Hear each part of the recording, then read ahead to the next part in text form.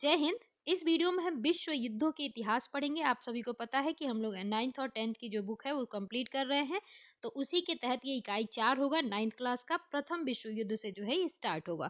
तो अगर आप लोगों को वीडियो पसंद आता है तो वीडियो को लाइक जरूर किया करें। अगर नए हैं चैनल पे तो सब्सक्राइब करना ना भूलें। सब्सक्राइब कीजिए और चैनल से जुड़िए आप भी, ठीक है। तो थोड़ा सा आप लोग भी इस पे काम कीजिए और वीडियो को शेयर वर भी कर दिया कीजिए।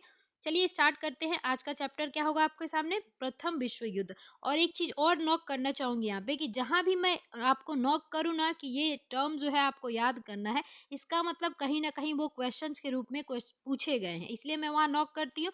और दूसरा ये कि अगर उस टाइप से क्वेश्चंस बन सकते हैं तो वो भी मैं नोट करती हूँ। तो थोड़ा सा आप लोग इस पे भी ध्यान दीजिएगा, जो मैं नोट करूँ तो उस टर्म को जो है आप याद किया कीजिए, यानी कि उस फैक्ट को। ठीक है, चलिए स्टार्ट करते हैं। पहला आपके सामने क्या है? प्रथम विश्व युद्ध से जो है ये स्टार्ट होगा इकाई 4। तो यहाँ पे तो पहले ही अब देखिए जैसे कि दिया है प्रथम विश्व युद्ध 1914 से 1918। तो आपको यहीं पे याद कर लेना है कि प्रथम विश्व युद्ध जो है 1914 से स्टार्ट होता है और 1918 में जो है ये समाप्त होता है, ठीक है। विश्व इतिहास में 1914 का एक वर्ष ऐसे युद्ध के लिए उल्लेखनीय है जिसने संपूर्ण विश्व को अपने आगोश में ले लिया और युद्धरत देशों ने अपने संपूर्ण संसाधन इसमें झोंक दिए। युद्धरत यानी कि जो देश जो इस युद्ध में जो है शामिल थे, उन्होंने अपने संपूर्ण संसाधन यानी कि आर्थिक जो संसाधन होंगे उनके पास, उन्होंने क्या किया? युद्ध जीतने के लिए सभी कोई जैसे कि आप अभी देख रहे होंगे यूक्रेन और रशिया का जो युद्ध हो रहा था, तो यूक्रेन की कितनी क्षति हो रही है आप सभी को पता है। मान लीजिए किसी कंट्री में कम संसाधन है और किसी बड़े कंट्री से आप लड़ रहे हैं, तो उस कंट्री के पास बहुत संसाधन है। तो ऐसा नहीं है कि उसका भी संसाधन लॉस नहीं हो रहा है, उसकी भी संसाधन को जो है प्रॉब्लम आएगी, उसकी भी संसाधन कम होगी, लेकिन जो छोटा सा देश है उसके संसाधन तो पूरी तरह खत्म हो जाएंगे। तो यही था कि युद्ध जीतने के लिए जो है ना, चाहे वो छोटे हो या बड़े हो देश हो, वो सभी क्या करते थे? अपने संसाधनों को यानी कि कैसे भी करके जीतने की कोशिश में सभी संसाधन इसमें झोंक दिए थे। तो आर्थिक रूप से तो आपने सब देखा ही था कि कितनी प्रथम विश्व युद्ध के बाद आगे चल के देखेंगे आप आर्थिक महामंदी भी आएगी, ठीक है। तो ये क्या था? यानी कि सभी अपने संशोधन को जो है झोंक देते हैं, संसाधन को। उसके बाद विश्व को अपने आगोश में ले लेना, इसका मतलब ये था कि धीरे धीरे किसी न किसी रूप से क्या होता था कि बहुत सारी कंट्री जो है, बहुत सारी देश जो है इसमें शामिल हो गई। इसी का मतलब है विश्व को अपनी आगोश में ले लिया, ठीक है। उसके बाद है विश्व के लगभग तमाम देश इससे प्रत्यक्ष और अप्रत्यक्ष रूप से प्रभावित हुए। तो जो युद्ध में शामिल थे, जो युद्धरत देश थे, वो तो प्रत्यक्ष रूप से इसमें मतलब शामिल तो थे ही और प्रभावित तो होंगे ही, लेकिन बगल अगल की जो कंट्री थी वो भी क्या हो रही थी? अप्रत्यक्ष रूप से प्रभावित हो रही थी। इसका कंपेयर आप कर सकते हैं कि मान लीजिए आपके घर के बगल में किसी की घर है, उसको उसके घर में मान लीजिए, वैसे नहीं लगना चाहिए पर आग लग जाती है, तो क्या आपको अप्रत्यक्ष रूप से प्रभावित नहीं होते? बिल्कुल होते हैं। कहीं ना कहीं बहुत सारी चीजें होती हैं जिससे वो आपका घर भी जो है प्रभावित होता है। एक तो इमोशनली सबसे प्रभावित हो जाता है, मान लीजिए कि सामने वाले के घर में कुछ घटना घट जाती है तो बगल वाले को भी दुख होता है। तो इस टाइप से मतलब हर चीज में देखिए आर्थिक रूप से जो है विश्व युद्ध जब हुआ ये, तो सभी देश जो है, तमाम देश लगभग जो है अप्रत्यक्ष रूप से भी मतलब जो शामिल नहीं थे वो भी प्रभावित हो जाते हैं और बुरा प्रभाव पड़ता है, अच्छा प्रभाव नहीं पड़ता है, क्योंकि ये एक युद्ध है।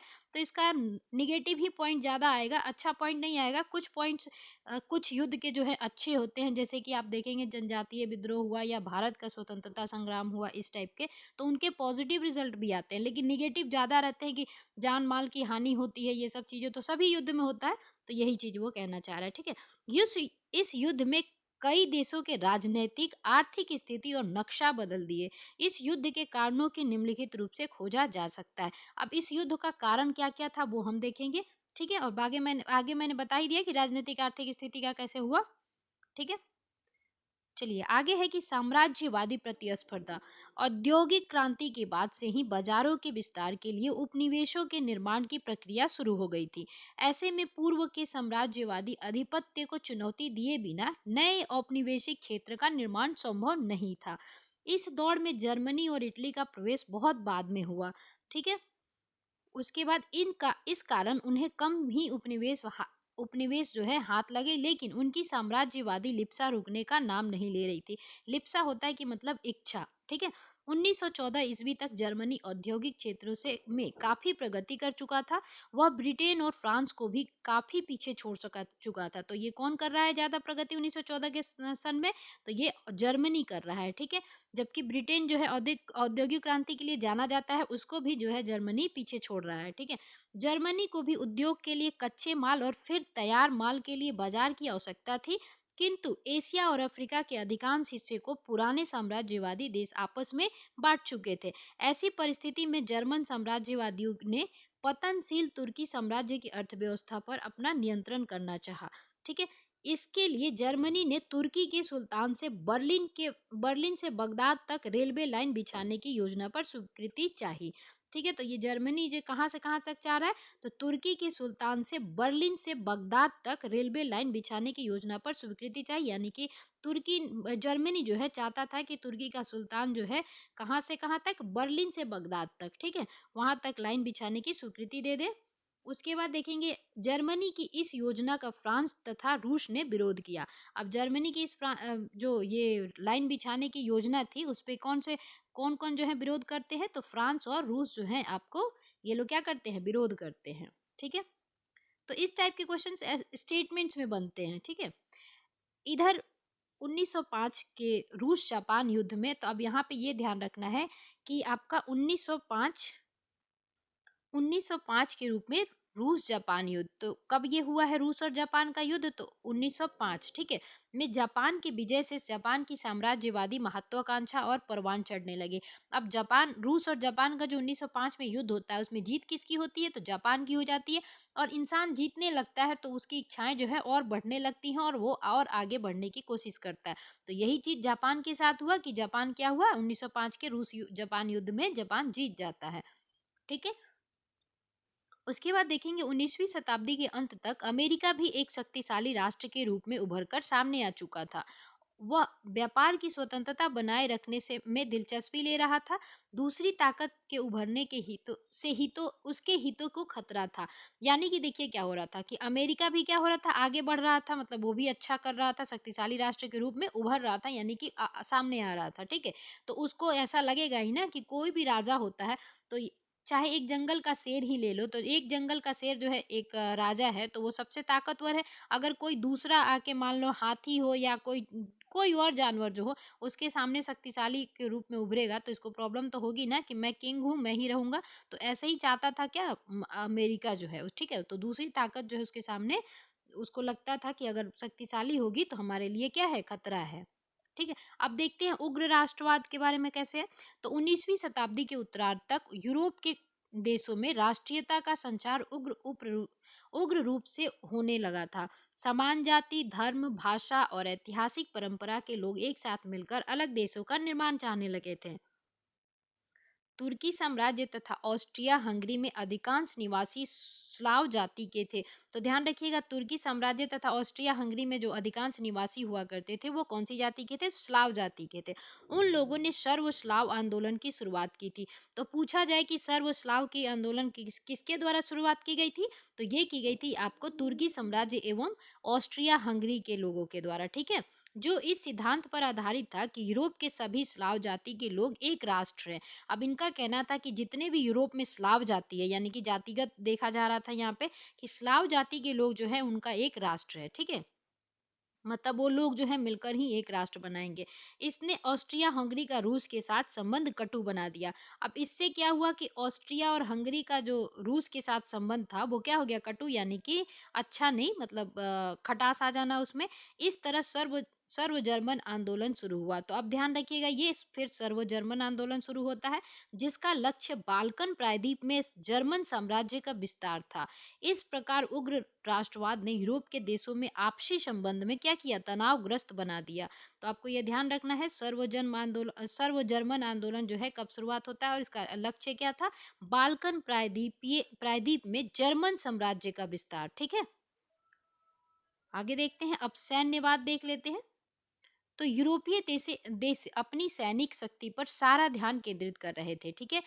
फ्रांस, जर्मनी आदि प्रमुख यूरोपीय देश अपनी राष्ट्रीय आय का लगभग 85% सैनिक तैयारियों पर व्यय कर रहे थे। तो सोचिए 85% जो है सैनिक पे इन लोगों ने युद्ध के लिए मतलब झोंक रखा था। 1913 से 14 ईस्वी में फ्रांस के पास लगभग 8 लाख, जर्मनी में 7,60,000 और रूस में 15 लाख की स्थायी सेना थी। तो अब ध्यान रखिएगा, ये स्टेटमेंट में डाला जा सकता है, तो एक बार इस पे थोड़ा सा गौर रख लीजिएगा। और एक बार मैं फिर से पढ़ देती हूँ कि 1913-14 ईस्वी में फ्रांस के पास लगभग कितनी सेना है, तो 8 लाख है। और जर्मनी के पास देखेंगे आप 7,60,000 है। और रूस में जो है 15 लाख की स्थायी सेना थी। तो सबसे ज्यादा अगर सेना किसके पास थी, तो आपके रूस के पास थी। जल सेना के क्षेत्र में शुरू से ही इंग्लैंड का आधिपत्य था। जर्मनी ने इसको चुनौती के रूप में लिया और इंग्लैंड को नीचा दिखाने के लिए जहाजी बेड़ा बनाना शुरू किया। 1912 में जर्मनी ने इम्परेटर नामक जहाज बनाया। अब यहाँ पे क्या है कि आपको क्वेश्चन पूछा जा सकता है कि जर्मनी के द्वारा बनाया गया जहाज का क्या नाम था, तो इम्परेटर नामक जहाज था। ये भी पूछा जा सकता है कि इम्परेटर क्या था, तो ये क्या था, जर्मनी के द्वारा बनाया गया एक जहाज था। क्योंकि हम लोगों के एग्जाम में जो है आपने देखा होगा, जैसे बीपीएससी वगैरह के एग्जाम में भी आप लोग देखोगे, तो जरूर पूछा जाता है कि कामागाटा मारू क्या था, तो एक जहाज था। तो वैसे ही अगर वर्ल्ड हिस्ट्री जिसके भी पेपर में आता है, तो उनसे ये पूछा जा सकता है कि इम्परेटर क्या था। तो इम्परेटर क्या था, एक जहाज था, किसके द्वारा बनाया गया था, जर्मनी ने इसे 1912 में यानी कि 1912 ईस्वी में जो है क्रिएट किया था, यानी बनाया था, जो उस समय का सबसे बड़ा जहाज था। तो अब ये बड़ी बात हो गई, तो अब याद करना ही पड़ेगा कि उस समय का क्या था, ये सबसे बड़ा जहाज हुआ करता था। ठीक है, इस प्रकार जर्मनी इंग्लैंड के बाद दूसरा शक्तिशाली राष्ट्र बन गया। ठीक है, यानी कि जो है आपका कहाँ पे ये जल सेना जो है ना, उसमें इंग्लैंड के बाद दूसरा कौन हो जाता है, आपका जर्मनी हो जाता है शक्तिशाली राष्ट्र। अगला आगे देखेंगे गुटों का निर्माण। तो अब इसमें क्या है, थोड़ा सा आप ध्यान रखिएगा, अपना भारत का इतिहास भी इसमें थोड़ा सा भारत के लोग मिलेंगे। तो साम्राज्यवादी लिप्सा के शिकार शक्तिशाली देश अपने अपने हितों के अनुरूप गुटों का निर्माण करने लगे थे। एक समान स्वार्थ को केंद्र में रखकर राष्ट्र रणनीति तय करने लगे थे। परिणाम स्वरूप संपूर्ण यूरोप जो था ना, वो गुटों में बट जाता है। यूरोप धीरे धीरे सैनिक शिविर का रूप लेते जा रहा था। यूरोप में यह प्रक्रिया 19वीं शताब्दी से ही जारी थी। यूरोप में गुटबंदी का जन्मदाता जर्मनी के चांसलर बिस्मार्क को माना जाता है। अब यहाँ पे आपको एक चीज याद रखना है कि यूरोप में गुटबंदी का जन्मदाता किसे कहा जाता है, तो इसे कहा जाता है चार्ल्स बिस्मार्क को। ठीक है, तो आपको फिर से याद करवाना चाहूंगी कि गुटबंदी का जन्मदाता किसको कहा जाता है यूरोप का, तो वो है चार्ल्सलर बिस्मार्क, यानी कि बिस्मार्क को। और बिस्मार्क कहाँ का था, सबको पता है, जर्मनी का था। उसने सन 1879 में ऑस्ट्रिया के साथ द्वैध संधि की थी। तो पूछा जाए जो बिस्मार्क है किसके साथ 1879 में संधि करता है, तो ऑस्ट्रिया के साथ उसने संधि की थी। 1882 ईस्वी में एक त्रिगुट ट्रिपल अलायंस बना, जिसमें जर्मनी, ऑस्ट्रिया, हंगरी और इटली शामिल थे। तो ध्यान रखिएगा, ये क्वेश्चन हमेशा बनता है वर्ल्ड हिस्ट्री के मतलब परिप्रेक्ष्य से कि त्रिगुट जो ट्रिपल अलायंस था, उसमें कौन कौन सी कंट्री जो है शामिल थी, तो कौन कौन सी हो जाएगी, जर्मनी हो जाएगा, ऑस्ट्रिया हंगरी हो जाएगा और इटली जो है। ठीक है, ये तीनों शामिल थे, इसीलिए इसको जो कहा जाता है ट्रिपल अलायंस या ट्रिगुट के नाम से भी इसको जाना जाता है। ये कब हुआ था, तो 1882 ईस्वी में हुआ था, ध्यान रखिएगा। ठीक है, तो इस क्वेश्चन को मतलब अच्छे से याद रखना है, ये वाला ट्रिगुट अलायंस जो है। ठीक है, ट्रिपल अलायंस या ट्रिगुट के नाम से इसे जाना जाता है। जर्मनी, ऑस्ट्रिया, हंगरी और इटली शामिल थे। 1882 की ये बात है। ठीक है, यह त्रिगुट बिस्मार्क ने फ्रांस के विरुद्ध बनाई थी। अब ये भी है कि ये बिस्मार्क ने किसके लिए बनाया था, तो ये प्लान करके फ्रांस के विरुद्ध बनाया था। ठीक है, अब इसमें देख लीजिए, अब जर्मनी, ऑस्ट्रिया, हंगरी और इटली शामिल है, फ्रांस नहीं शामिल है। ठीक है, यद्यपि इटली की विश्वसनीयता संदिग्ध थी, क्योंकि उसका मुख्य उद्देश्य यूरोप में ऑस्ट्रिया हंगरी से कुछ इलाके छीनना और फ्रांस की सहायता से त्रिपोली को जीतना था। ठीक है, तो ये भी ध्यान रखिएगा कि क्या था, उसके संदिग्ध था उस पे, और उसका मेन जो काम था क्या था, कि फ्रांस की सहायता से त्रिपोली को जीतना था, त्रिपोली जीतना चाहता था वो।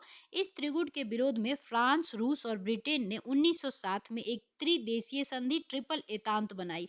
अब ध्यान रखिएगा, ये त्रिगुट जो ट्रिपल अलायंस होता है ना, उसके विरोध में अब कौन आते हैं, तो फिर से तीन देश आते हैं जो 1907 में करते हैं। ठीक है, तो इसमें कौन कौन हो जाते हैं आपके, फ्रांस, रूस और ब्रिटेन हो जाते हैं। ठीक है, तो अब ये कंट्री आपको याद रखना है, तीनों जो कंट्रियां अलग अलग है ट्रिपल अलायंस में कौन कौन है आपके।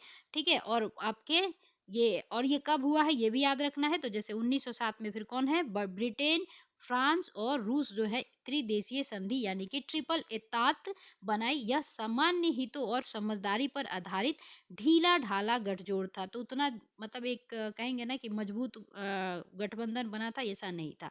इन दोनों गुटों की उपस्थिति ने युद्ध की भयावहता को तय कर दिया था। तो जैसे नीतीश कुमार किसी भी गठबंधन में जाते हैं तो वो अ, संदिग्ध रहता है, वैसे ही और डोल मोल रहता है, ढीला ढाला रहता है गठजोड़ जो होता है, वैसे ही ये त्रिदेशीय संधि जो है आपका ट्रिपल एतांत जो था वो ढीला ढाला गठजोड़ था। ठीक है, ये बस आपको इसमें मेन याद क्या रखना है कि त्रिदेशीय संधि में जो है कौन कौन सी कंट्री थी, फ्रांस, रूस, ब्रिटेन, 1907 की ये घटना है। ठीक है,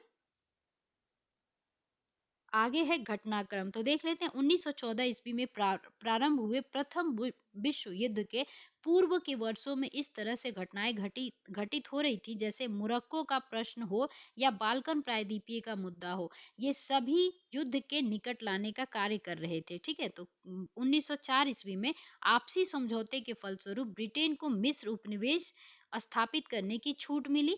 फ्रांस को मोरक्को प्राप्त हो गया। अब ध्यान रखिएगा, फ्रांस को क्या प्राप्त हो जाता है, मोरक्को प्राप्त हो जाता है। इससे जर्मनी को बड़ा क्षोभ हुआ, उसको दुख हुआ।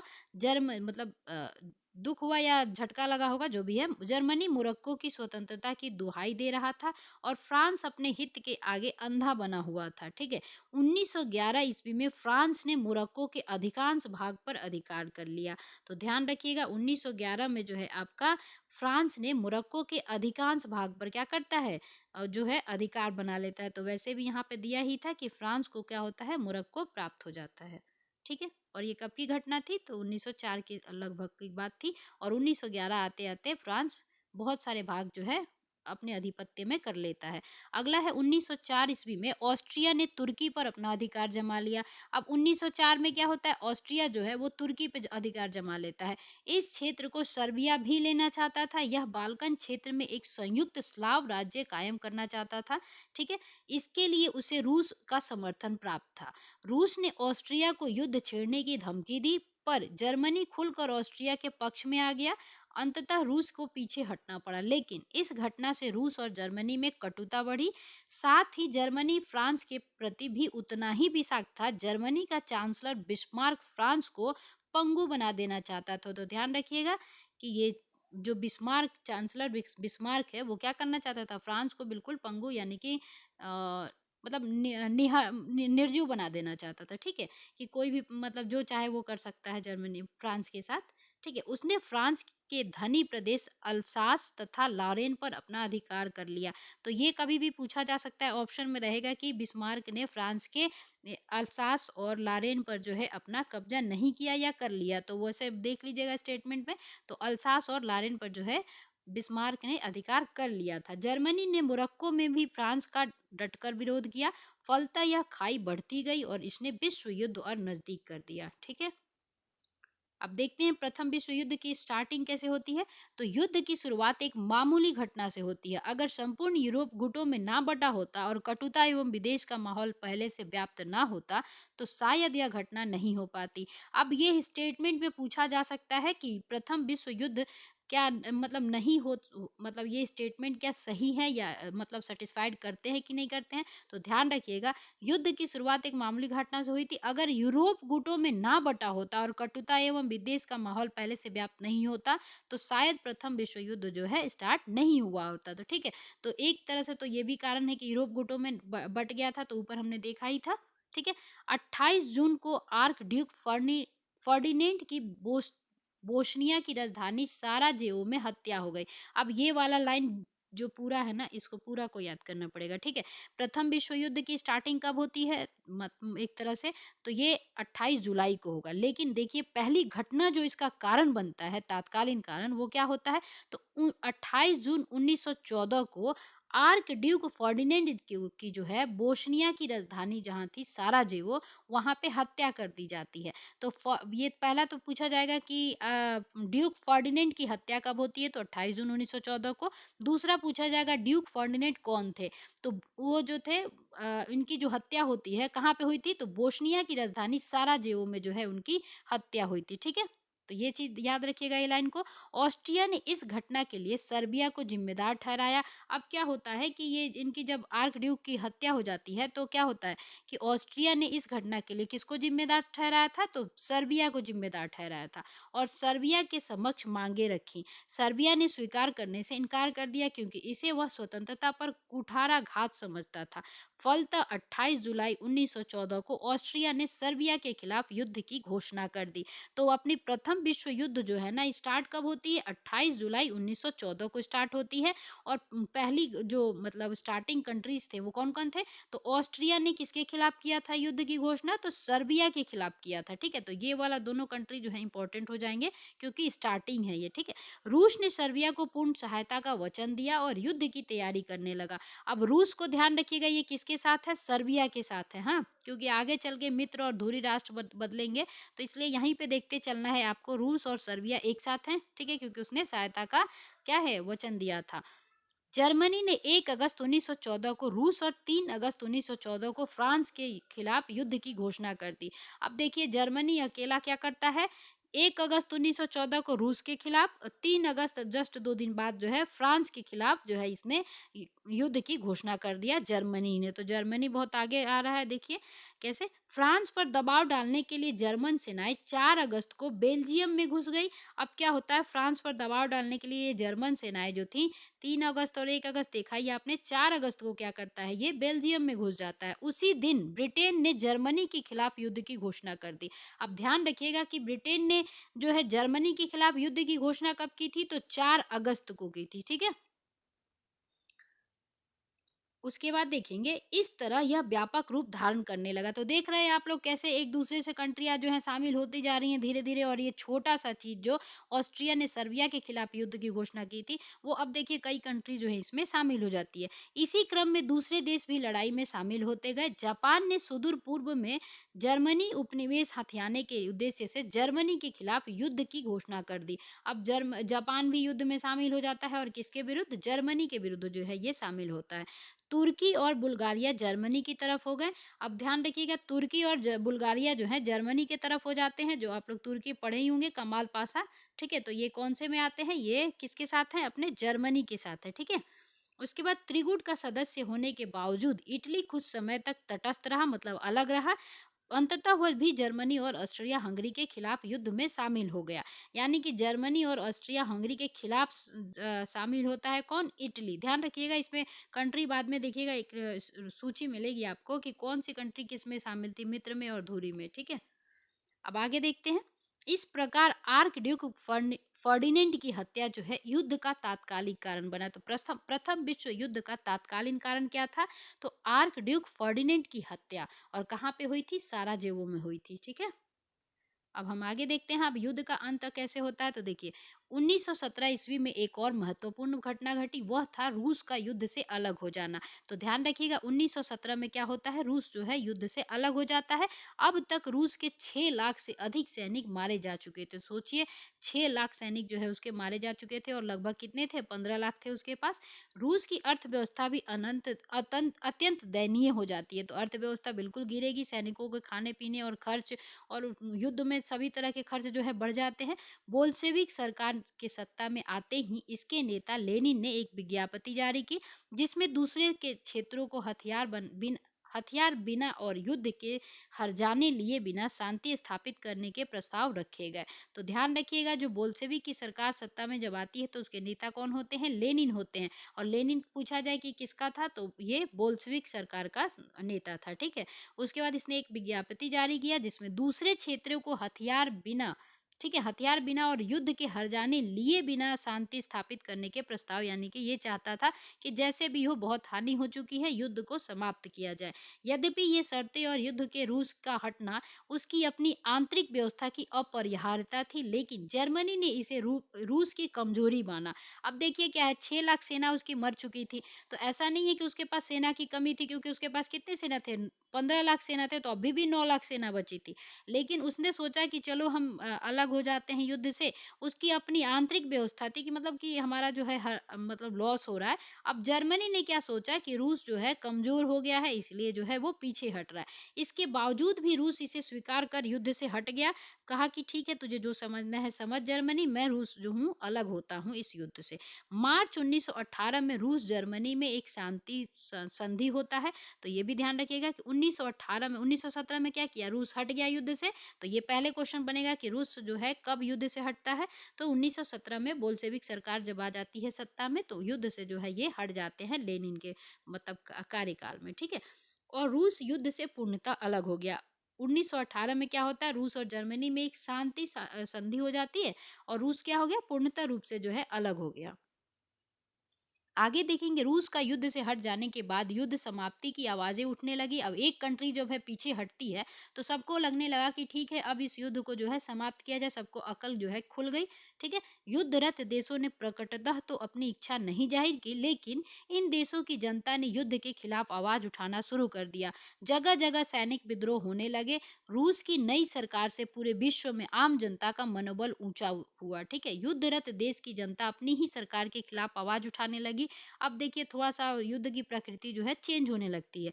जर्मनी के यू नौका नामक पनडुब्बियों ने ब्रिटिश बंदरगाह की तरफ जाने वाले जहाज को डुबोना शुरू किया, जिसमें लुसितानिया नामक जहाज के डुबोने से अमेरिका में प्रतिक्रिया हुई, क्योंकि उसमें अमेरिकी नागरिक सवार थे। अब यहाँ पे थोड़ा सा नॉक करूंगी, ध्यान रखिएगा आप कि जर्मनी के यू नौका नामक पनडुब्बियों ने ब्रिटिश बंदरगाह की तरफ जाने वाले जहाजों को डुबोना चाहा। यानी कि वो जहाज कौन था, लुसुतानिया नामक जहाज था, ठीक है। उसको किसने रोकने चाहा, यू नामक पनडुब्बियों ने, ठीक है। तो ये भी याद रखना है, इसका भी नाम याद रखना है, और ये लुसुतानिया का नामक जहाज जो था उसको भी याद रखना है। और साथ में ये भी याद रखना है कि किधर जा रहा था, ब्रिटिश बंदरगाह की तरफ ये जहाज जो है जा रहा था। तो जहाज को डुबाने की ये लोग प्रतिक्रिया किए, और उसमें क्या था, अमेरिकी नागरिक भी सवार थे। अमेरिका के मना करने पर जब जर्मनी ने अपनी कार्यवाही नहीं रोकी, अब देखिए क्या हुआ, अमेरिका ने जर्मनी को नॉक किया कि देखो भाई, हमारे भी आदमी उसमें हैं, अब ब्रिटेन से लड़ना चाहते हो लड़ो, जो करना है करना है, लेकिन हमारे आदमी हैं उसमें अभी उस जहाज में, लुसितानिया नामक जहाज में, तो उस पे तुम किसी भी तरह की प्रतिक्रिया मत करो, और उस पे मतलब डुबोने की कोशिश मत करो, हमारे नागरिक भी डूब जाएंगे। तो ये जर्मनी क्या हुआ, उसने अपनी प्रतिक्रिया या कार्यवाही को नहीं रोका। तो क्या होता है, 6 अप्रैल 1917 को जर्मनी के विरुद्ध युद्ध की घोषणा कर देता है कौन, अमेरिका। तो ध्यान रखिएगा, अमेरिका जो है लुसुतानिया नामक जहाज के डूबने की प्रतिक्रिया जो होती है, उसमें उसके नागरिक जो है डूब जाते हैं। तो इस वजह से क्या होता है, 6 अप्रैल 1917 को जर्मनी के खिलाफ अमेरिका ने युद्ध की घोषणा कर दी। तो ये क्वेश्चन बनता है कि अमेरिका ने युद्ध में कब शामिल हुआ था और क्यों शामिल हुआ था, ठीक है। तो उसके बाद ये लुसितानिया याद रखिएगा। अमेरिका के युद्ध में शामिल होने से युद्ध की स्थिति बदल गई।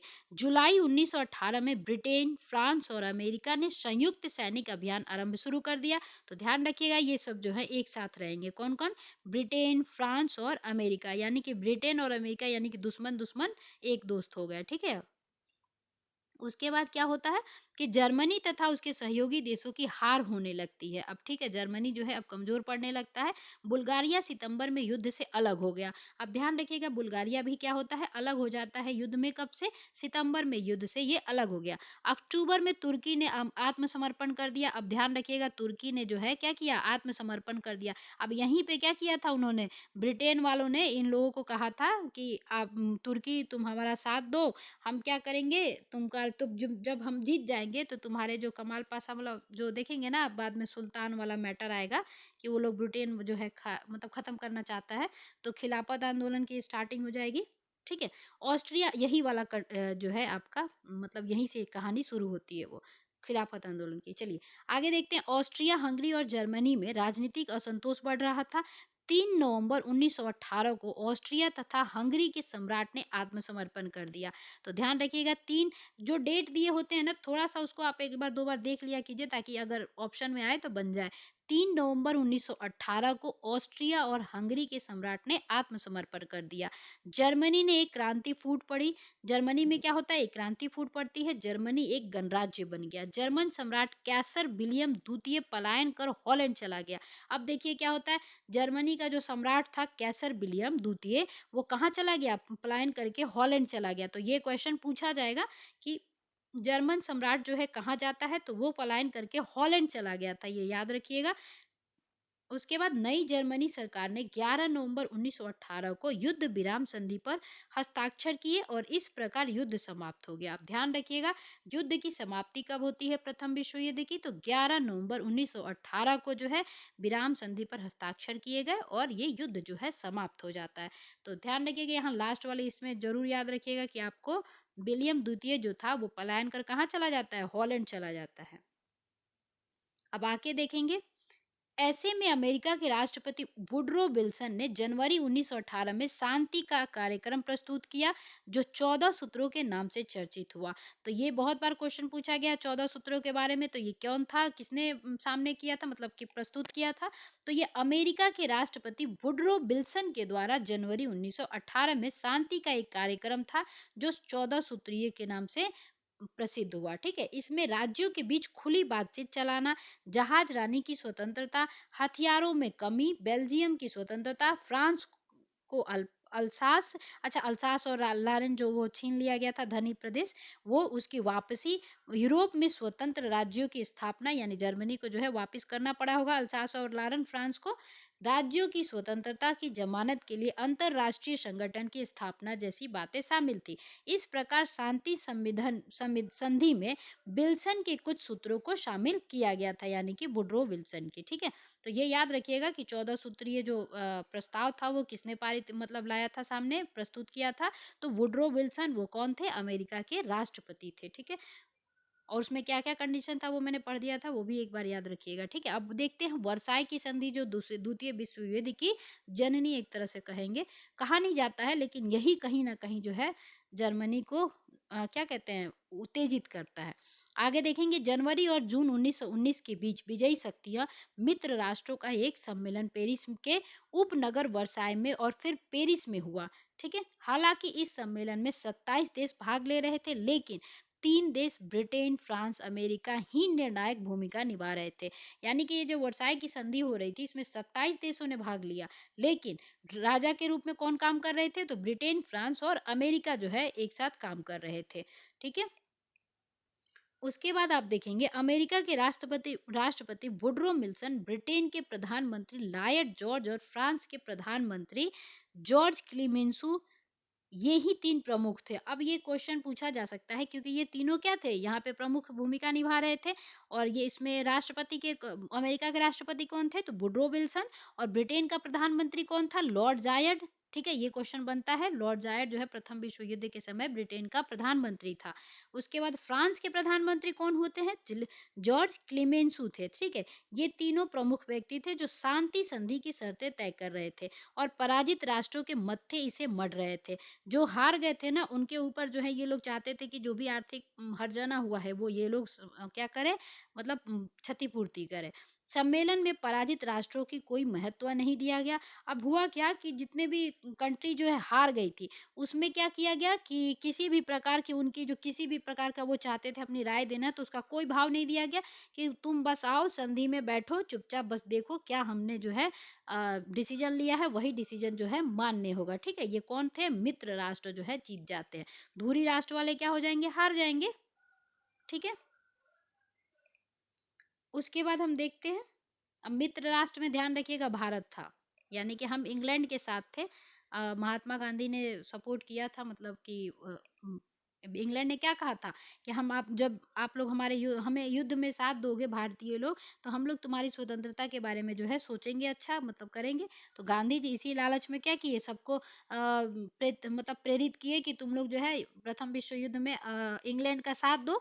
जिससे क्या हुआ कि बाद में महात्मा गांधी को भर्ती करवाने वाला सार्जेंट का नाम भी मिला, और जैसे ही युद्ध जो है ब्रिटेन जीत जाता है, तो वो कोई भी किसी भी प्रकार का काम नहीं किया, इवन और हार्ड कर देता है। ठीक है, चलिए आगे देखेंगे। आगे जैसे आपने ये देख लिया कि 3 प्रमुख व्यक्ति थे जो शांति तय कर रहे थे। सम्मेलन में पराजित राष्ट्रों की कोई महत्व नहीं दिया गया। रूस को भी इस शांति संधि प्रक्रिया से बाहर रखा गया। ठीक है, मुख्य संधि जर्मनी के साथ 28 जून 1919 को हुई। इसे वर्साई की संधि के नाम से जाना जाता है। तो ध्यान रखिएगा, जर्मनी के साथ मुख्य जो संधि होती है उसी को वर्साई संधि के नाम से जाना गया। वर्साई की संधि कब होती है? तो 28 जून 1919 को होती है। ठीक है, ये याद रखना है आपको लाइन। यही क्वेश्चन बन जाएगा, आप लोग ऑब्जेक्टिव सोचते हो ना, तो देखो वर्साई की संधि कब हुई? तो 28 जून 1919 को होती है। किससे होती है? जर्मनी के साथ की गई थी। पराजित जर्मनी को संधि पर हस्ताक्षर करने के लिए मजबूर किया गया। संधि में जर्मनी को युद्ध का जिम्मेदार बताया गया। उसके बाद फ्रांस को अल्सास लारेन का क्षेत्र वापस दे दिया गया। जो धनी इसने छीन लिया था जर्मनी ने, वो भी क्या किया गया? वापस कर दिया गया। उसके बाद क्या हुआ कि जर्मनी के मतलब खिलाफ संधि बनाई गई थी, तभी तो उसको बर्दाश्त नहीं हो रहा था कि वो साइन करने से इनकार कर रहा था। लेकिन क्या था, वो हार चुका था और बुरी तरह से मतलब उसकी आर्थिक स्थिति भी खत्म हो चुकी थी। तो अब क्या है, उसको मजबूर किया जा रहा था। ठीक है, जर्मनी की सार क्षेत्र कोयला खदानों को 15 वर्षों के लिए फ्रांस को दे दिया गया। तो रूर जो है रूर और ये आपका क्या है, सार क्षेत्र जो है बहुत फेमस है। ठीक है, तो ये याद रखिएगा। रूर शायद रूस का है कि जर्मनी का है, बताइएगा आप लोग, वो भी बहुत फेमस है। इसी को शायद सार को ही रूर कहते हैं क्या? अच्छा छोड़िए, आप लोग एक बार जरूर देखिएगा, रूर जो है ये भी बहुत फेमस जगह है। ठीक है, तो ये कहाँ का है? ठीक है, चलिए, जर्मनी की सार क्षेत्र की कोयला खदानों को 15 वर्ष के लिए फ्रांस को दे दिया गया। तो ध्यान रखिएगा कितने दिनों के लिए दिया गया था? तो आपका 15 वर्षों के लिए जो है फ्रांस को दे दिया गया था। तथा इसका प्रशासन राष्ट्र संघ के अधीन कर दिया गया। जर्मनी को अपनाने युद्ध पूर्व क्षेत्र का कुछ भाग डेनमार्क, बेल्जियम, पोलैंड और चेकोस्लाविया को भी देना पड़ा। तो अब आपको यहाँ पे ध्यान रखना है कि जर्मनी का सार क्षेत्र कितने वर्ष के लिए फ्रांस को दिया गया था? 15 वर्ष के लिए दिया गया था। ठीक है, ये कभी भी पूछा जा सकता है। आगे देखते हैं, ये देखिए वर्साई की संधि कितनी भीड़ मात्रा में जो है हो रही है।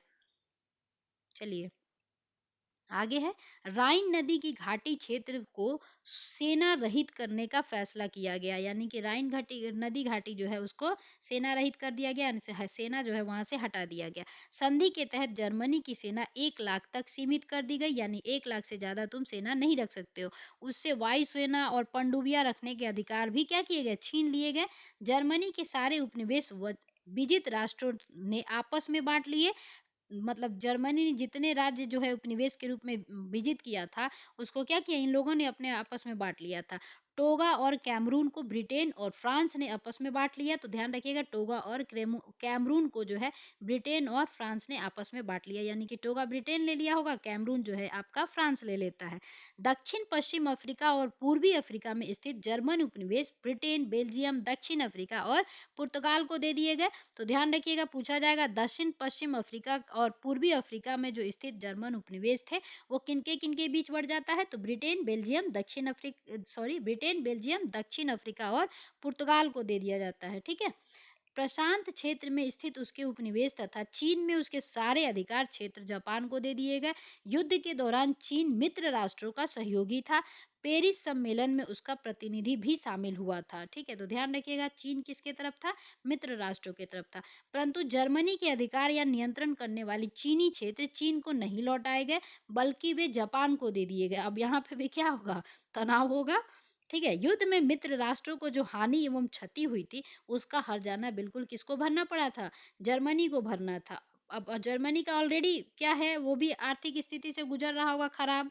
ठीक है, इसके लिए 6 अरब 10 करोड़ पौंड की भारी रकम निश्चित की गई थी। तो अब ध्यान रखिएगा, मित्र राष्ट्रों को जो हानि हुई थी, तो धुरी राष्ट्र मतलब उसमें कौन था? जर्मनी जो मेन था, उसको क्या किया गया था? कहा गया था कि जितना भी युद्ध में हमारा हर्जाना हुआ है तुम्हें ही क्या करना होगा? उसकी क्षतिपूर्ति करनी होगी। और कितने वो रकम की जो आई थी, मतलब वो क्षतिपूर्ति करने में, तो वो आई थी 6 अरब 10 करोड़ पौंड। ध्यान रखिएगा ये। ठीक है, 6 अरब 10 करोड़ पौंड।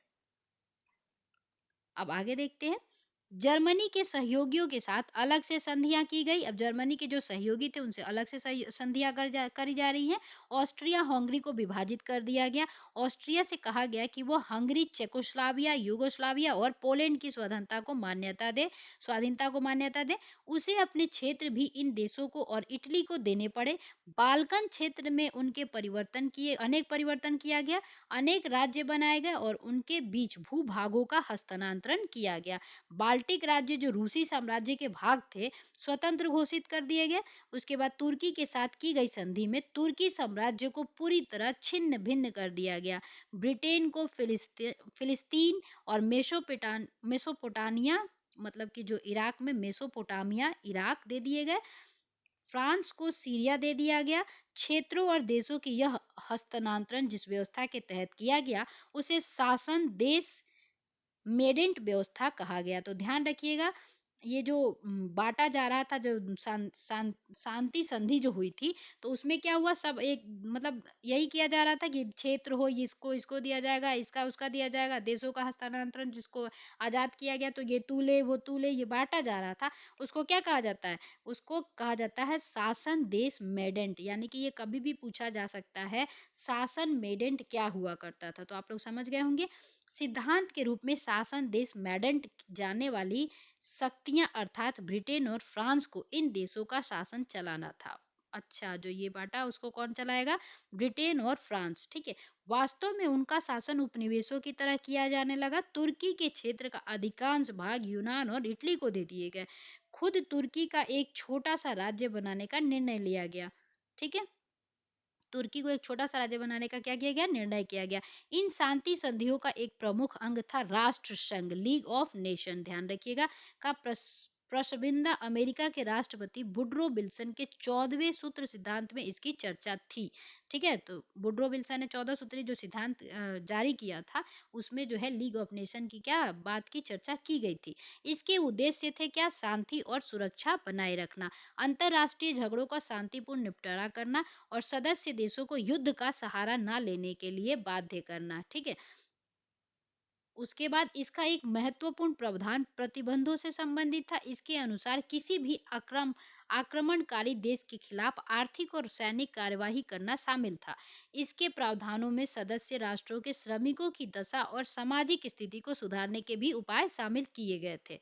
ठीक है, अब अगला देखते हैं युद्ध और शांति संधियों के परिणाम क्या होते हैं। ठीक है, अब तक के हुए युद्धों में प्रथम विश्व युद्ध सबसे भयावह था।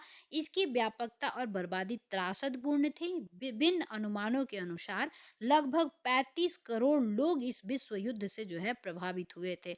लड़ाई में अन्यथा मरने वालों की संख्या 90 लाख बतलाई जाती है, जो युद्ध में भाग लेने वालों की संख्या का लगभग 7वां भाग है। लाखों लोग अपंग हो गए। हवाई हमलों, अकालों और महामारियों से भारी संख्या में असैनिक लोग मारे गए।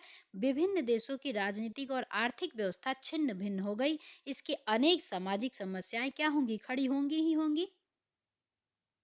अब अगला देखते हैं नई राजनीतिक व्यवस्था का कैसे उदय होता है।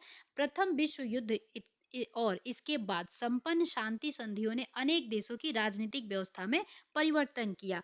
कई राजतंत्र नष्ट हो गए। कई देशों में लोकतांत्रिक व्यवस्था का उदय भी होता है। नई साम्यवादी सरकार से विश्व जनमत रूबरू हुआ।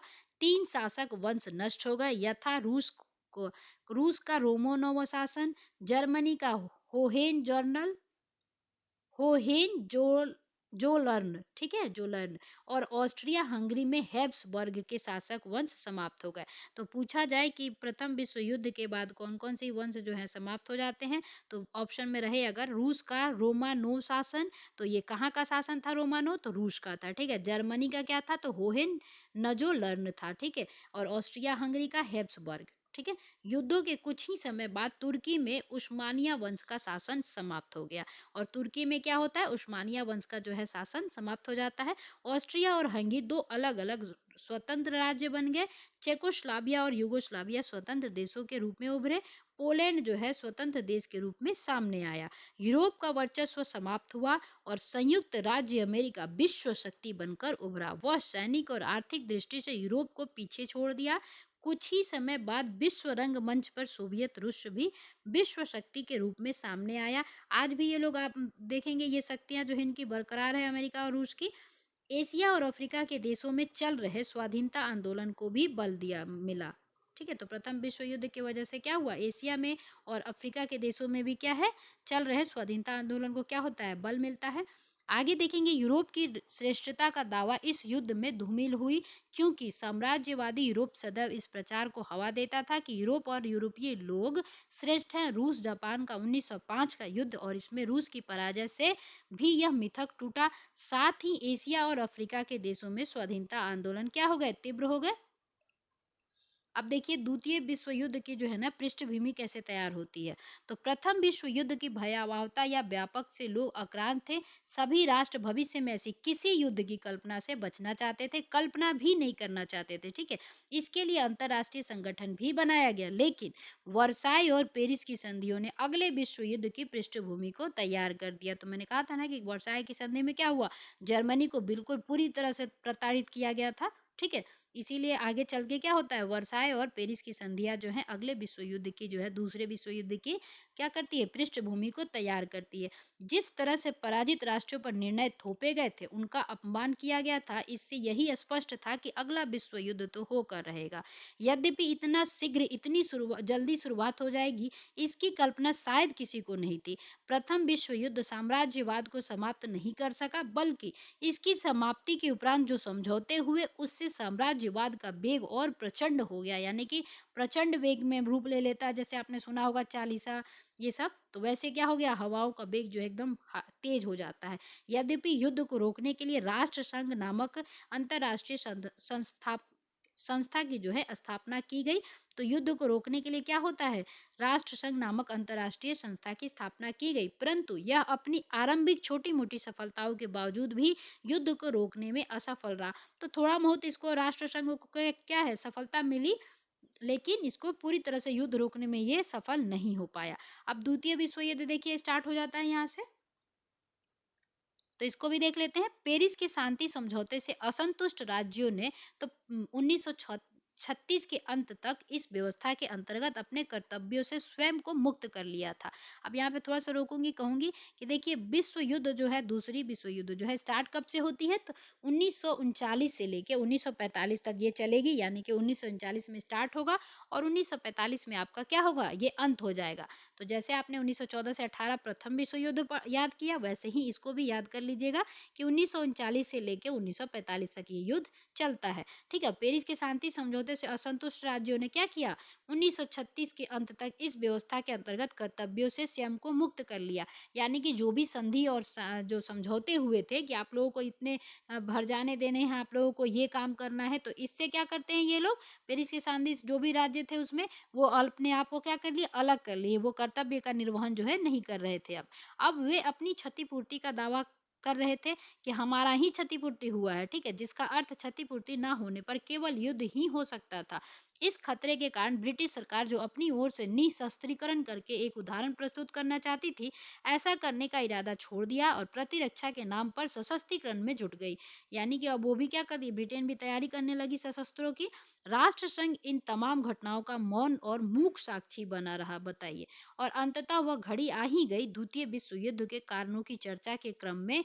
प्रथम विश्व युद्ध की समाप्ति और पेरिस संधि से लेकर 1939 तक घटनाक्रम का उल्लेख प्रासंगिक होगा, जिसकी अपरिहार्य परिणति के रूप में द्वितीय विश्व युद्ध जो है होता है। तो अब देखेंगे वर्साई की संधि के बारे में, अब थोड़ा सा यहाँ पे डिटेल में बताएगा कैसे कारण बनता है। तो चलिए देख लेते हैं। तो द्वितीय विश्व युद्ध का बीजारोपण वर्साई की संधि से ही हो गया था। तो ध्यान रखिएगा द्वितीय विश्व युद्ध का बीज जो है कब रोप दिया गया था, तो वर्साई की संधि के समय ही रोप दिया गया था। यानी कि वर्साई की संधि क्या थी, द्वितीय विश्व युद्ध की बीज थी, जो बाद में पेड़ बन के बाहर आएगी। पेरिस शांति सम्मेलन में ही सिद्धांत की बातों को विजित राष्ट्र गुप्त संधियों के माध्यम से झुटलाते भी रहे। सोवियत रूस ने गुप्त संधि की शर्तों का भंडाफोड़ कर जहां एक और विजित राष्ट्रों की हकीकत को उजागर किया, वहीं पराजित राष्ट्र सत्य से परिचित होकर बौखलाहट में भर गए। ठीक है, तो ये कौन काम कर रहा है, रूस कर रहा है। आगे देखिए वचन विमुखता। तो राष्ट्र संघ के विधान पर हस्ताक्षर कर सभी सदस्य राज्यों ने वादा किया था कि वे सामूहिक रूप से सबकी प्रादेशिक अखंडता और राजनीतिक स्वतंत्रता की रक्षा करेंगे। अवसर आने पर सब समर्थ राष्ट्र पीछे हटते गए। रूस को सदस्य नहीं बनाया गया था, अमेरिका सदस्य बनने से इनकार कर दिया था, चीन जापान की साम्राज्यवादी नीतियों का विस्तार होता रहा और इटली अबिसीनिया को रौंदता रहा। ठीक है, फ्रांस चेकोस्लोवाकिया के विनाश में सहायक हुआ। हिटलर चेक राज्य को हड़पता रहा और ब्रिटेन तथा फ्रांस देश देखते रहे। धोखेबाजी की नीति से आक्रामक प्रवृत्तियों को काफी प्रोत्साहन मिला। जापान ने चीन पर आक्रमण कर मंचूरिया पर अधिकार कर लिया। तो ध्यान रखिएगा, जापान ने चीन पर अधिकार का आक्रमण करके मंचूरियन चीन के क्षेत्रों को अपने मतलब उस पर अपना आधिपत्य बना देता है। अविशीनिया मुसोलिनी की आक्रामक नीति का शिकार हुआ। तो ध्यान रखिएगा, अविशीनिया मुसोलिन की मतलब अविशीनिया जो है मुसोलिनी की आक्रमण नीति का क्या हो गया, शिकार हो गया। मुसोलिनी की सफलता प्राप्त करते देख हिटलर ने ऑस्ट्रिया और चेकोस्लोवाकिया पर धावा बोल दिया। उसने पोलैंड पर भी चढ़ाई कर दी और इसके साथ ही द्वितीय विश्व युद्ध जो है आरंभ हो गया। ठीक है, तो अब हिटलर देखेंगे आप लोग, हिटलर के बारे में आएगा अब। गृह युद्ध, गुटबंदी और सैनिक संधियां भी द्वितीय विश्व युद्ध के लिए जिम्मेदार थी। शांति बनाए रखने के नाम पर यूरोप में अनेक संधियां हुई, जिसके परिणाम स्वरूप यूरोप पुनः दो गुटों में बट गया। फिर से क्या हो रहा है, दो गुटों में बढ़ जा रहा है। एक गुट का नेता जर्मनी बना और दूसरे गुट का नेता कौन बनता है, फ्रांस बनता है। तो ध्यान रखिएगा, यूरोप जो है दोबारा दो गुटों में बढ़ता है। तो पहले एक गुट का नेता कौन बनेगा, जर्मनी, और दूसरे गुट का कौन नेता बनेगा, यानी कि फ्रांस बनेगा। ठीक है, इस गुटबंदी के पीछे सैद्धांतिक समानता और हितों की एकता थी, यानी अपने अपने हित साधने थे। और इटली, जापान और जर्मनी एक सिद्धांत फासिज्म में भी विश्वास रखते थे। तो ध्यान रखिएगा, फासिज्म में कौन कौन विश्वास रखते थे, तो इटली, जापान और जर्मनी। ठीक है, उनकी नीति भी समान रूप से प्रसारवादी थी। ये राष्ट्र वर्साई की संधि से क्षुब्ध थे और हर साल में थोपी गई शर्तों से मुक्त होना चाहते थे। इसके विपरीत फ्रांस, चेकोस्लोवाकिया, पोलैंड इत्यादि देशों के हित जो थे एक थे, क्योंकि उन्हें वर्साई की संधि से बहुत लाभ हुआ था और ये हर हाल में उसे कायम रखना चाहते थे। तो जिसको क्षति दिया जा रहा था, पैसे मिल रहे थे, तो वो तो चाहेंगे कि ये संधि तोड़ी ना जाए। ठीक है, इंग्लैंड शुरू में इस गुट में शामिल नहीं था, लेकिन परिस्थिति वश उसे भी इस गुट में शामिल होना पड़ा। रूस तब तक अछूता था, दोनों गुट उसे संदेह की नजरों से देखते थे, लेकिन परिस्थिति वश जर्मनी ने रूस की ओर हाथ बढ़ाया। ठीक है, जर्मनी क्या करता है, रूस की तरफ जो है हाथ बढ़ाता है। उसके बाद इस तरह गुटबंदी से संपूर्ण यूरोप का माहौल विषाक्त हो गया था। विषाक्त माहौल में शंका के लिए हर छोटी बात महत्वपूर्ण थी। अब देखेंगे हथियारबंदी क्या था। तो गुटबंदी और संशय के माहौल में प्रत्येक राष्ट्र अपने को असुरक्षित महसूस कर रहे थे। परिणाम स्वरूप सशस्त्रीकरण को बढ़ावा मिला। तो जिसको लगता था कि कहीं युद्ध छिड़ जाएगा तो फिर हम क्या करेंगे, तो सब अपना क्या कर रहे थे, सशस्त्रीकरण करने लगे। ब्रिटिश सरकार जो निशस्त्रीकरण का उदाहरण पेश करना चाहती थी के वित्त मंत्री चेम्बरलिन ने मार्च 1937 में घोषणा की कि प्रतिरक्षा व्यय की पूर्ति अब केवल कर लगाकर नहीं की जाएगी। उसने इस प्रयोजन के लिए 40 करोड़ पाउंड का ऋण लेने तथा 5 वर्ष की अवधि में प्रतिरक्षा पर 1.5 अरब पाउंड व्यय करने का प्रस्ताव किया। ठीक है, तो ये कौन थे वित्त मंत्री आपके, तो ये थे आपके चेम्बरलिन। ठीक है, ध्यान रखिएगा, ब्रिटिश सरकार के वित्त मंत्री चेम्बरलिन थे। उसके बाद प्रधानमंत्री बाल्डविन ने इन प्रस्तावों का समर्थन यह कहकर किया था कि उसका उद्देश्य आक्रमण को रोकना है। प्रत्येक देश का रक्षा बजट बढ़ा रहा था और सभी देश क्या कर रहे थे, अपने रक्षा पर बजट जो है बढ़ा रहे थे। तो आज भी देखते हैं सबको ये कहता है कि रक्षा पर जो है बजट हमेशा एक अच्छे रेशियो में रहनी चाहिए। और नए नए हथियारों से प्रत्येक राष्ट्र अपनी सेना को सुसज्जित कर रहे थे। नौसेना और वायुसेना पर जोर दिया जाने लगा। इस सैनिक तैयारी से ने असुरक्षा की भावना को संचार दिया। तो अब यहाँ पे थोड़ा सा बस याद रखिएगा कि प्रधानमंत्री कौन था, बाल्डविन था, और वहां का वित्त मंत्री कौन था, तो ये चैम्बरलिन था। और इसने कब घोषणा की थी चैम्बरलिन ने, तो 1937 में। ठीक, अगला है राष्ट्र संघ की असफलता कैसे हो जाती है। तो राष्ट्र संघ की भ्रामक शक्तियां और सदस्य राष्ट्रों के सहयोग का अभाव भी द्वितीय विश्व युद्ध का कारण बना। राष्ट्र संघ ने छोटे छोटे राज्यों के मामलों को आसानी से सुलझा दिया, लेकिन बड़े राष्ट्रों के मामलों में उनसे उसने अपने को अक्षम पाया और अंततः उसको इस कार्य के लिए समर्थ और शक्तिशाली राष्ट्रों का सहयोग नहीं मिला। हर निर्णायक कार्रवाई की घड़ी में शक्तिशाली राष्ट्रों ने अपने हित निहित स्वार्थ में हाथ खड़ा कर दिए। इस प्रकार राष्ट्र संघ की असफलता ने द्वितीय विश्व युद्ध का और मार्ग क्या किया, प्रशस्त कर दिया। अब देखिए ये क्या होता है, विश्वव्यापी आर्थिक मंदी कैसे आती है। तो ये भी क्वेश्चन जो है बीपीएससी ट्री में पूछा गया था कि ग्रेट महामंदी कब हुआ था। ठीक है, तो ये 1929 से 30 का काल है। प्रथम विश्व युद्ध के बाद क्या हुआ, 1929 से 30 के बीच में विश्वव्यापी आर्थिक मंदी आई थी, यानी कि विश्व लेवल पे जो है आर्थिक मंदी आया था। इसे उधार का कोई रास्ता निकट भविष्य में दृष्टिगोचर नहीं हो रहा था, यानी कि दिख नहीं रहा था। 1931 में यह अपनी चरम सीमा पर पहुंच गया।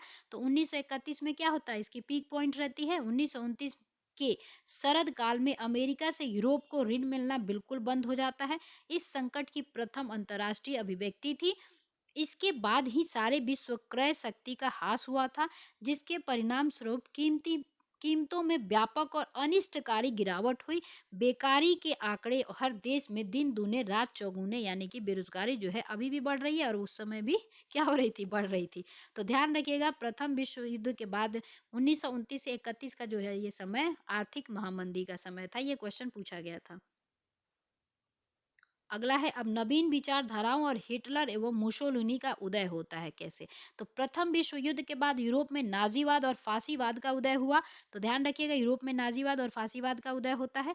इन नए सिद्धांतों के आधार पर जर्मनी में हिटलर के नेतृत्व में नाजी सरकार बनी और फांसीवाद के सिद्धांत के आधार पर मुसोलिनी के नेतृत्व में इटली में सरकार बनती है।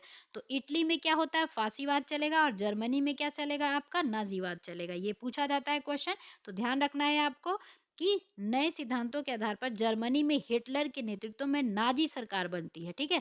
और इटली में कौन बनेगी, फांसीवाद के सिद्धांत पर सरकार बनेगी। हाँ, ये दोनों सिद्धांत राष्ट्र के गौरव और शक्ति पर बल देते थे।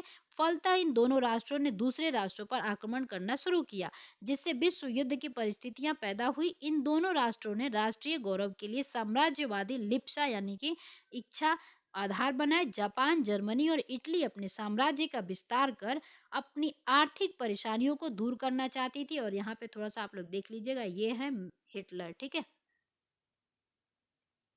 बाद में वैसे हिटलर मरा था ना, तो उसने अपने हाथ जो है खुले रख के जो है वो उसने बोला था कि बाहर रखना, ताकि सभी को जो है समझ में आए कि युद्ध या कुछ भी हासिल करने के बाद भी आप जाते हो तो खाली हाथ ही जाते हो, ठीक है। तो बाद में हिटलर जो है पछताएगा। आगे चलिए, वो क्या चाहते थे, अपनी आर्थिक क्षति जो है पूरी करना चाहते थे, अपने राष्ट्र का नाम गौरवान्वित करना चाहते थे। जापान 19वीं शताब्दी के अंत तक एक शक्तिशाली और औद्योगिक देश बन चुका था। प्रथम विश्व युद्ध के पश्चात उसे भी प्रादेशिक लाभ हुआ, लेकिन उसके लिए उपनिवेश निहायत जरूरी हो गया था, जिसके कारण वह अपने साम्राज्य के विस्तार के लिए कोशिश करने लगा। 1931 में उसने चीन पर आक्रमण कर दिया और उसके एक क्षेत्र मंचूरिया पर फिर से क्या हो गया, कब्जा हो गया। उसका यह आक्रमणकारी अभियान चलता रहा और वह जर्मनी एवं इटली का सहयोगी बनकर द्वितीय विश्व युद्ध में बर्मा इत्यादि को जीतता हुआ भारत पर भी आक्रमण करने की योजना बना रहा था, ठीक है। अब आगे देखेंगे, योजना बनाने लगा। इस तरह जर्मनी, इटली और जापान की साम्राज्यवादी महत्वाकांक्षा द्वितीय विश्व युद्ध की कारण बनी। और ये कौन थे, आपके मुसोलिनी थे, ठीक है, ये मुसोलिनी है। चलिए, अब तुष्टीकरण की नीति है, बहुत बार क्वेश्चन एग्जाम में आता है, तो इसको ध्यान से देखिएगा। तो क्या है, इंग्लैंड की तुष्टीकरण की नीति भी बहुत हद तक द्वितीय विश्व युद्ध के लिए जिम्मेदार थी। पश्चिमी पूंजीवाद देश साम्यवादी रूस को नफरत की दृष्टि से देखते थे। वे चाहते थे कि हिटलर किसी भी तरह सोवियत रूस पर हमला कर दे, ठीक है। ये क्या चाहते थे कि हिटलर जो है किसी भी तरह सोवियत रूस पे हमला कर दे, जिससे दोनों कमजोर हो जाए और तब वे हस्तक्षेप करके दोनों शक्ति को बर्बाद कर देंगे। तो ये अच्छा दिमाग लगा रहे थे वैसे। इंग्लैंड शुरू से पश्चिम के राष्ट्र हिटलर की मांगों को स्वीकार करते रहे। जब इन लोगों ने देखा कि हिटलर की मांग और महत्वाकांक्षा बढ़ती जा रही है, तो अपना हाथ खींचना शुरू कर दिया। तब तक देर हो चुकी थी। तुष्टीकरण की दिशा में अंतिम कदम म्यूनिख समझौता था। तो ध्यान रखिएगा, तुष्टीकरण की दिशा में कौन सा समझौता अंतिम था, तो म्यूनिख समझौता था, ठीक है। हिटलर सुडेट सुडेटन लैंड पर अधिकार करना चाहता था। तो हिटलर किस पे अधिकार करना चाहता था, सुडेटन लैंड पर, ठीक है।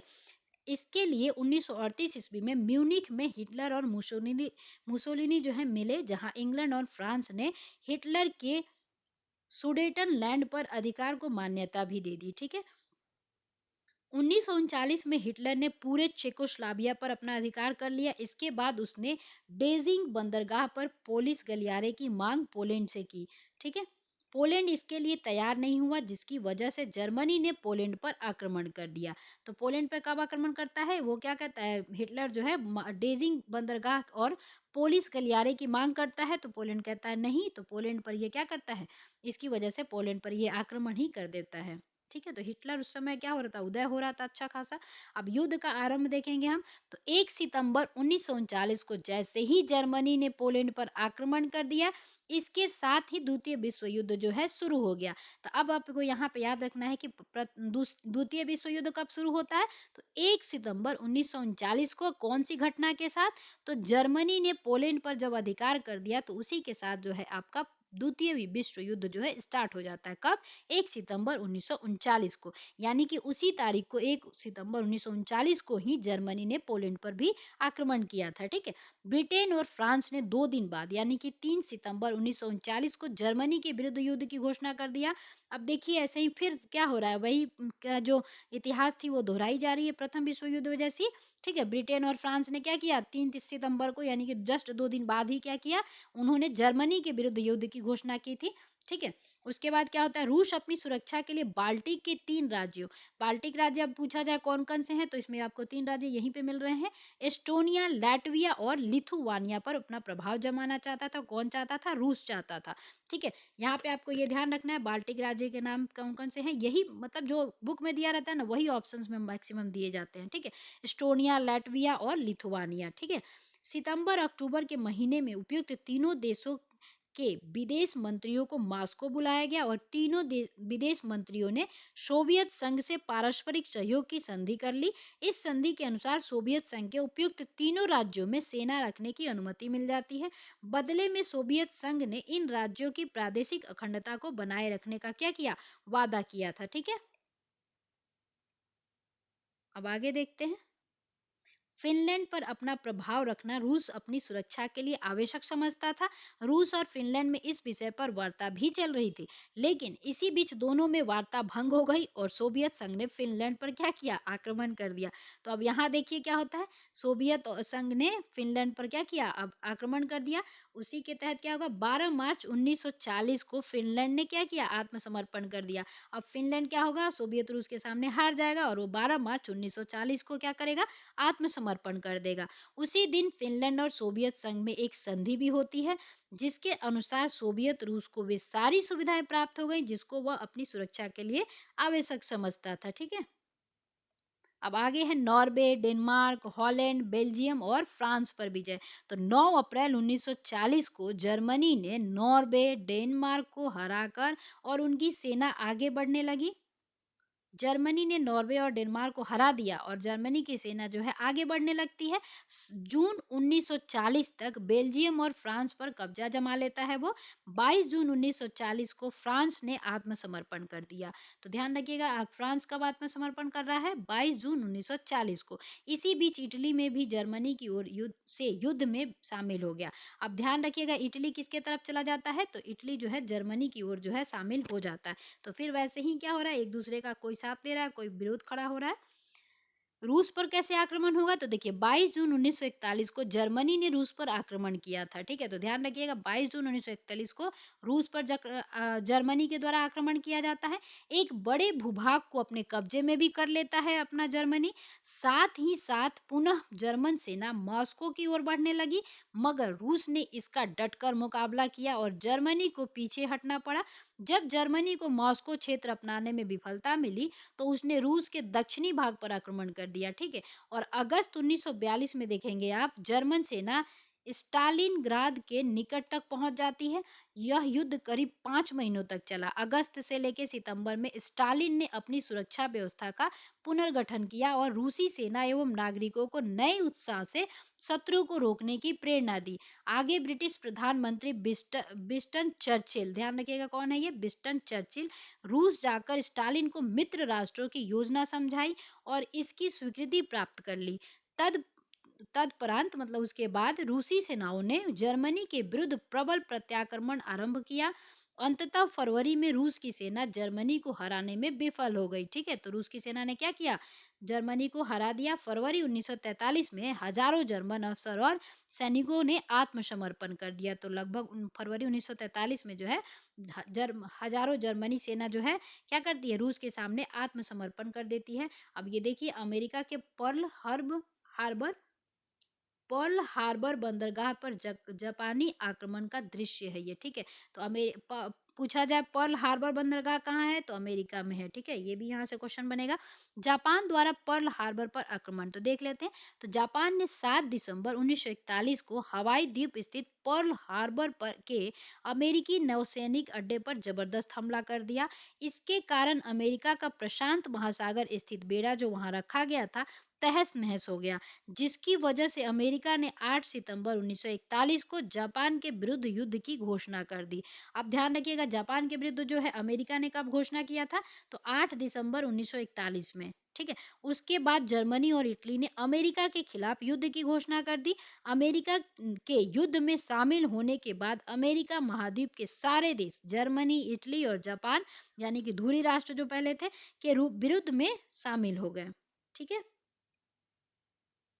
मतलब जर्मनी, इटली और जापान क्या थे, धुरी राष्ट्र थे। पूछा जाए धुरी राष्ट्र में जापान और इटली कौन कौन थे, तो जर्मनी हो गया, इटली हो गया, जापान हो गया। ठीक है, आगे है दूसरा मोर्चा। देखिए तो यूरोप में 1942 ईस्वी के बाद जर्मनी और सोवियत संघ के बीच घमासान लड़ाई होती है। इसमें जर्मनी बुरी तरह पराजित हुआ। जर्मनी के इस पराजय में द्वितीय मोर्चा की महत्वपूर्ण भूमिका रही। दूसरे मोर्चे में अमेरिका, इंग्लैंड, रूस और फ्रांस आते थे। ये सब मिलकर जर्मनी को पराजित करने का प्रयास किए। 6 जून 1944 को जर्मन सेना परास्त हो गई।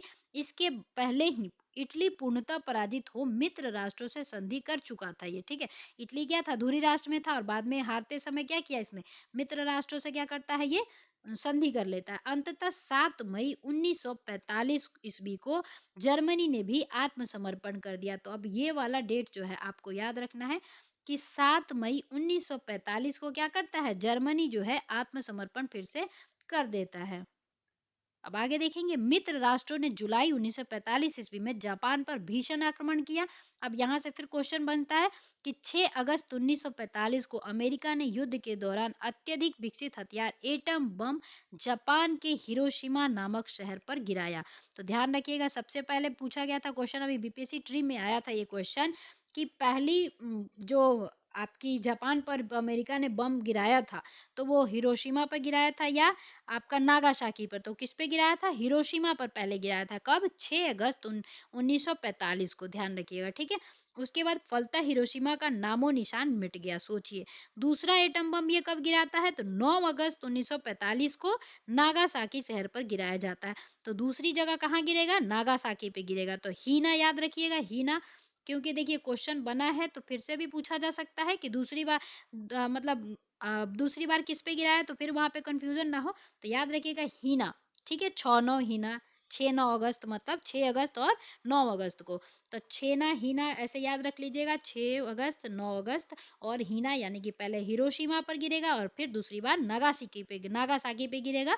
ठीक है, 1945 की तो ये सन याद रखना ही पड़ेगा आपको। अब देखिए ये द्वितीय विश्व युद्ध के समय जो है यूरोप की दृष्टि दिया है ये। अब आगे देख लीजिए इससे क्या होता है, नागासाकी भी नेस्ता नाबूद हो गया। जापान के सामने आत्मसमर्पण के सिवा कोई विकल्प नहीं बचा और जापान ने क्या किया, 2 सितंबर 1945 को यानी कि 2 सितंबर 1945 को आत्मसमर्पण कर दिया। किसने, जापान ने। इसके साथ ही द्वितीय विश्व युद्ध जो है समाप्त हो जाता है। तो कब समाप्त होता है, 2 सितंबर 1945 को। ठीक है, अब आगे देखते हैं तो द्वितीय विश्व युद्ध के परिणाम क्या निकले। तो जन धन की हानि तो होनी ही है, प्रथम विश्व युद्ध हो या छोटा सा युद्ध हो, सब में क्या होता है, ये कॉमन होता है, जन धन की हानि। इस युद्ध में व्यापक धन जन की हानि हुई। यह इतिहास का सबसे विनाशकारी युद्ध रहा। तो देखिए प्रथम विश्व युद्ध के समय भी क्या कहा गया था कि इतिहास का सबसे प्रथम मतलब बहुत विनाशक युद्ध था, और ये क्या हुआ, उससे भी आगे आ जाता है द्वितीय विश्व युद्ध। ये क्या हो जाता है, इतिहास का सबसे विनाशकारी युद्ध है। फांसीवादियों ने यूरोप के एक बड़े भाग को बहुत बड़ा कब्रिस्तान बना रखा था। लगभग 60 लाख यहूदियों को जर्मनी ने मौत के घाट उतार दिया था। ठीक है, लाखों लोगों की हत्या यंत्रणा शिविरों में कर दी गई। जापान पर की गई बमबारी और इससे हुए क्षति का आकलन संभव नहीं था। इस युद्ध में जितने लोग काल कलवित हुए उसका इतिहास में कोई उदाहरण नहीं मिलता।